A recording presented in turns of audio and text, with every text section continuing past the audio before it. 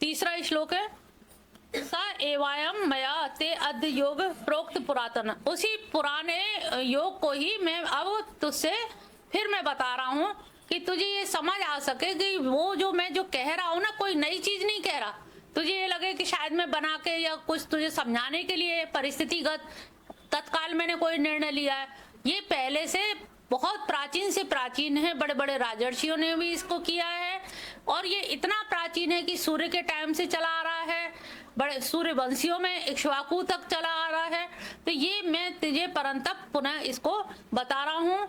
क्यों बता रहा हूँ? भक्तो असी, क्योंकि तू मेरा भक्त है। इसीलिए भगवान उवाच सबसे पहला जो शुरू किया है ना, भगवान उवाच इसलिए किया क्योंकि तू मेरा भक्त है और तू मेरा प्रिय सखा भी है। दोनों धर्म है। खाली भक्त होता तो सोचता जब ये इसकी जिज्ञासा होगी तब बताऊंगा, लेकिन तू सखा भी है। सखा का मैं बुरा नहीं कर सकता। दो सपर्णा सयुजा सखाया, तो तू सखा तो हम सभी जीव है, लेकिन उन अर्जुन के सखत्व को अर्जुन को सीधे सीधे बता रहे कि तू सखा है। उपनिषदों में हमें भी बताया जा रहा है, लेकिन हमें यकीन नहीं होता क्योंकि हमसे सामने आके तो कहा नहीं। हम कहेंगे सामने आके कहेंगे तब देखा जाएगा। जब अर्जुन सामने खड़ा है वो नहीं मान पा रहा, अर्जुन इतना अड़ियल है, वो सीधे सीधे कह रहे हैं तू मेरा भक्त है, तू मेरा सखा है, इसलिए तुझे बता रहा हूं, फिर भी वो नहीं समझ पा रहा। समझाने में कितना समय लग जाता है। डायरेक्ट भगवान समझा रहे हैं, ये भी नहीं किसी के द्वारा समझवा रहे हैं, सीधे सीधे कह रहे हैं तू मेरा है, तू मेरा भक्त है, तू मेरा प्रिय है, तू मेरा सखा है। उपनिषद भी ये कह रहे हैं, लेकिन फिर भी हम इस चीज को नहीं मान पा रहे। अब अर्जुन कह रहे चौथे श्लोक में, अपरम भवतो जन्म परम जन्म विवस्वत कथम एतद बिजानियाम तम आदो प्रोक्तवान्विति। अब यहाँ पर अर्जुन की शंका मुखरित होकर के कि भगवान कन्हैया अब रहने दो, अब तो तुमने बहुत जल्दी लंबी लंबी फेंक दी, बहुत ज्यादा ही कह दिया कि अब बताओ तुम्हारा तो जन्म अभी हुआ और आदो प्राचीन प्रारंभ में तुमने किसने कह दिया? प्राचीन काल में, आदि काल में तुम कैसे कह गए? तुम तो अभी हुए द्वापर में। भाई सब हम तुम्हारे बारे में छठी पसनी जानते हैं, तुम्हारे कुल खानदान गोत्र सबके बारे में हमें मालूम है। और अब तो आप अपरम भवतो, अपरम यानी कि पहले नहीं हुआ, अपरम अभी हुए, आप तो अभी हुए। और जन्म परम और विवस्वान का यानी कि सूर्य का जन्म बहुत पहले हुआ, वो बहुत पहले हुआ, आप अब हुए, तो आपने कैसे उपदेश दे दिया? समझ ही नहीं आ रहा। कथम एदम बिजानिया, अब मैं कैसे इसको मतलब समझ लूं कि आपने उसको मतलब दिया होगा ज्ञान, ये मेरे समझ में नहीं आ रहा है। क्योंकि आदि काल में इतनी आदि वस्तु को आपने ज्ञान दिया होगा, ये मेरे पल्ले नहीं पड़ रहा है। अब भगवान बता रहे हैं यहाँ पर, बहुनी में व्यतीतानि जन्मानि तव चार्जुन तान्यम वेद सर्वाणि न त्वाम वेद परंतप।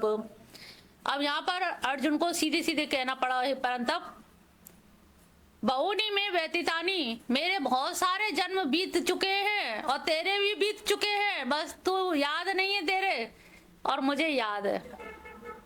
जीव में और ईश्वर में यही अंतर है। हम लोगों को भी कहाँ याद है, हम लोगों के भी तो हजारों जन्म हो गए हैं। कहा जाता है कि जब हजारों हजारों जन्म हो जाते हैं और जीव जब भटक लेता है, जगह जगह जन्म जन्म भटक लेता है, बहुनाम जन्मांते, जब बहुत अंतिम जन्म होने होता है, तब आपके अंदर कृष्ण का विचार, कृष्ण का भाव, कृष्ण की बुद्धि, कृष्ण के बारे में जिज्ञासा, उनके बारे की लीला सुनने का मन होने लगता है। मन अगर हो कि लाओ कृष्ण के बारे में भी जान लें, इसका मतलब लाओ अब अथ यानी कि हम पहले बहुत सारी चीजें जान चुके हैं, अब लाओ भगवान के बारे में, अब लाओ कुछ जाने। तो अब का मतलब है कि अब इनके बारे में अब हमारा जन्म हो सकता है आखिरी जन्म हो। लेकिन हमने तो 2-4 साल या 2-4 महीने से ही अभी गीता सुननी शुरू की है। पर हो सकता है तुम्हारी बहुत तेज तीव्र लालसा हो जाए, चैन ना पड़े, एक एक बात को तुम मन ही मन दोहराते रहो 6 दिन कि ऐसे कैसे कहा भगवान ने, कौन सा ज्ञान दिया था, वो ज्ञान हम क्यों ना ले लें, हम कैसे ना करें। ये क्या होती त्वरा, आपके अंदर की जो फ्रिक्वेंसी है वो इतनी तेज हो जाए, इतनी तेज हो जाए, जैसे बहुत तेज पंखा चलता है तो 3 रंगों के कलर भी एक ही हो जाता है। तो ये जो त्वरा है अगर तीव्र है तो ये जन्म आपका अंतिम जन्म भी हो सकता है। पता नहीं किस क्षण में किस बात पे रीझ जाए, आपके जो कर्मों का जो फल पक रहे हैं और पकते पकते बहुत दिन से वो तोड़ने के लिए पत्थर मार रहे हैं लेकिन वो नहीं टूट पा रहा, लेकिन आखिरी एक बार मारा तो पता लगा कि तुरंत ही टपक से, क्योंकि तब तक वो पक गया था। इतनी बार मारा तो वो पका नहीं था इसलिए टूटा नहीं। जब आम पक गया तो वो टूटने को तो तैयार बैठा ही था।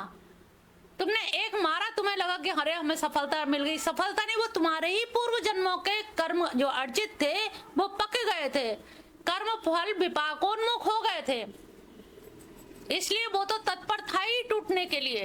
और तुम्हारा एफर्ट, तुम्हारा प्रयास, तुमने जो प्रयास किया तो उन्होंने कहा जो अंतिम जन्म होता है तब हमारी बुद्धि कृष्णमय हो जाती है। नारद भक्ति सूत्र में भी कहा गया है कि अगर कृष्ण विचार, कृष्ण बातें, कृष्ण की लीला कहीं भी हाट बाजार में बिक रही हो तो किसी भी कीमत पे खरीद लो, क्योंकि कृष्ण की बातें सुनने को नहीं मिलती हैं। बहुत सारे देवी देवताओं की मिल जाएंगी, तुम्हें दिक्कत है वहां चले जाओ ये काम हो जाएगा, वहां चले जाओ ये हो जाएगा, लेकिन कृष्ण के पास आके क्या हो जाएगा, हम उनके हो जाएंगे, वो हमारे हो जाएंगे, बस यहाँ इतना ही होगा। यहाँ काम कुछ नहीं होगा, वो हमारे हो जाएंगे, हम उनके हो जाएंगे, यहीं पे लीला तुम्हारी समाप्त हो जाएगी। पुनरपि जन्म पुनरपि मरणम पुनरपि जननी जठरे शयनम समाप्त हो जाएगा। बार बार हमें गर्भ में प्रवेश नहीं करना पड़ेगा, वहां से हमें वो जो चीज मिलेगी वो ऐसी मिलेगी, क्योंकि जन्म भी अंतिम हो गया और उनसे मिलन भी हो गया। तो यहाँ पर हमारी यही लीला, इस जगत में बार बार कष्ट झेलने की लीला, क्योंकि हर जन्म में कभी हमने कोई दरिद्रता देखी, कभी गरीबाई बहुत, कभी अशिक्षा रह गई, कभी और कष्ट झेलते झेलते आज इतनी हो गया कि अब भगवान बस अब बर्दाश्त नहीं होता, सहन करने की अब शक्ति नहीं है। जब अंदर से आकंठ आप भर जाते हो समाज से, परिवार के लोगों से, नाते रिश्तेदारों से, कि अच्छा करते करते मर गए लेकिन कभी भी अच्छाई नहीं मिली, चलो भगवान की शरण में ही चलते हैं, वहां उनसे कम से कम अपना दुख दर्द रो लेते हैं, वहां से कोई उल्टा जवाब तो नहीं आता, वो सब सुन भी लेते हैं।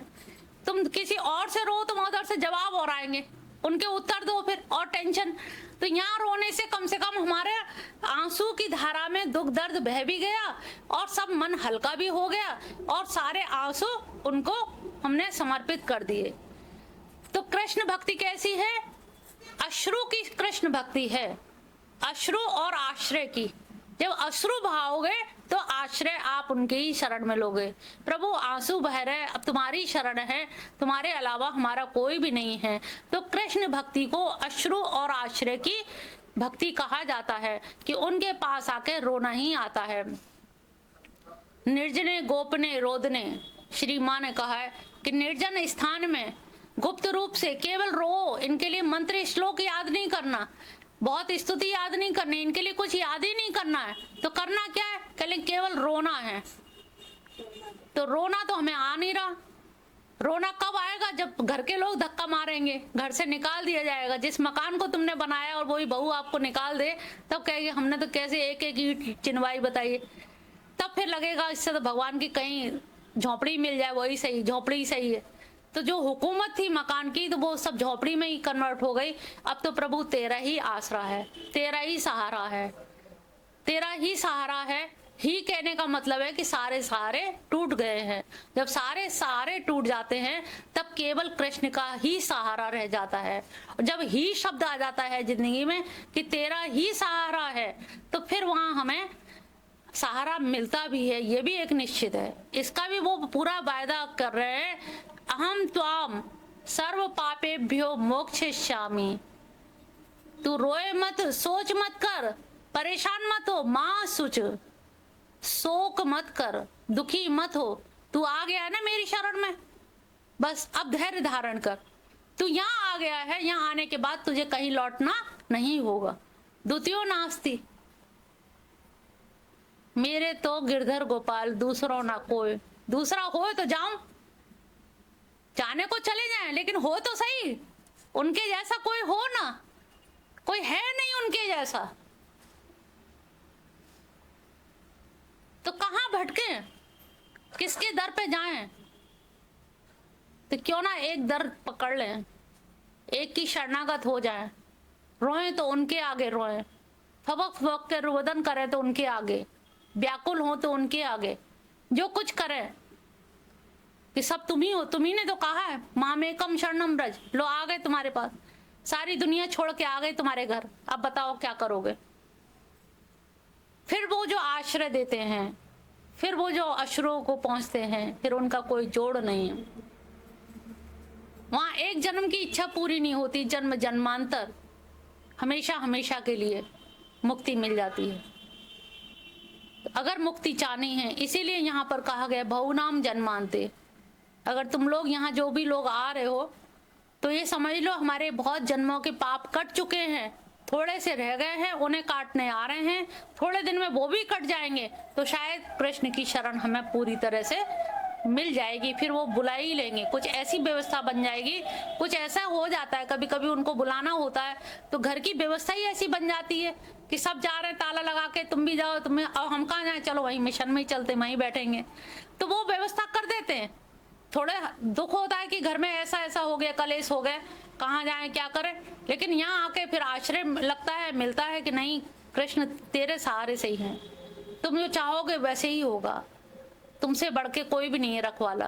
तो ये जो आश्रय और जो शरणागति, ये अश्रु की जो धारा है, उससे आपके सारे दुख दर्द किस तरह से बह जाते हैं पता ही नहीं लगता है। तो यहाँ कृष्ण भक्ति में केवल दो चीज चाहिए, अश्रु और आश्रय। और जहाँ अश्रु और आश्रय है तो वहां फिर आपको कोई चिंता नहीं है, फिर तो बागडोर उनके हाथ में सौंप दी है। नाव को नहीं खूंटे से बांध देते, वो फिर चाहे टहल इधर उधर घूमती रहती है, लेकिन पानी की धारा में बहती नहीं है। नाव बंधी है खूंटे से तो खूंटे से बंधी रहेगी। मल्लाह भी आश्वस्त रहता है कि मेरी नाव सुरक्षित है, ये पानी में बहेगी नहीं, क्योंकि खूंटे से बंधी है। हम भी अगर अपने चित्त को कृष्ण के चरणारविंद रूपी खूंटे से बांध दें तो फिर भले ही हम डोले, लेकिन फिर भी हमें धक्का नहीं लगेगा कि लोगों ने ऐसा कहा, उन्होंने ऐसा कहा, वैसा कहा।